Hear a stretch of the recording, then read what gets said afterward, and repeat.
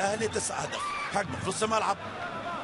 اول مواجهه كانت في ذهاب هذه البطوله في عام 2008 في القاهره، والاهلي فاز بهدفين مقابل لا شيء. ثم لقاء العوده هنا في هذا الملعب والاهلي تعادل 2-2. ثم المواجهه الثالثه في المربع الذهبي في هذه البطوله في عام 2013. استلام بهجمه خطيره لعبد الله السعيد، الاستلام روعه والمهاره اروع والتحرك ممتاز، هوب عرضيه والهدف جول. الهدف الاول.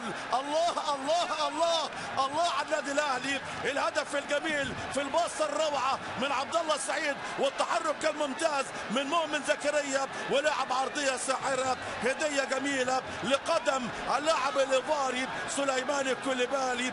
النجم كوليبالي يسجل الهدف اللي كان دايما على بالي كوليبالي، والهدف الاول للنادي الاهلي هنا العام في يناير الماضي من نادي كيرمانوك الاسكتلندي للنادي الاهلي. بصه اماميه خطيره والدفاع من امبابه للحارس داوود، لما كورته قطع غابه خطيره والهدف جول.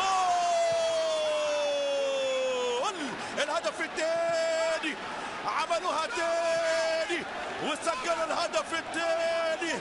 الاهلي يا ناس، الاهلي يا ناس، المستحيل ليس اهلاوي. كما انت كبير يا اهلي، العب يا اهلي، سجل يا اهلي، اضرب يا اهلي، الدغ لدغتك هنا في ادغال افريقيا يا اهلي. مؤمن على طول زكريا يسجل الهدف الثاني من خطا كبير قاتل رهيب موجود في اداء الحارس ابراهيم داوود.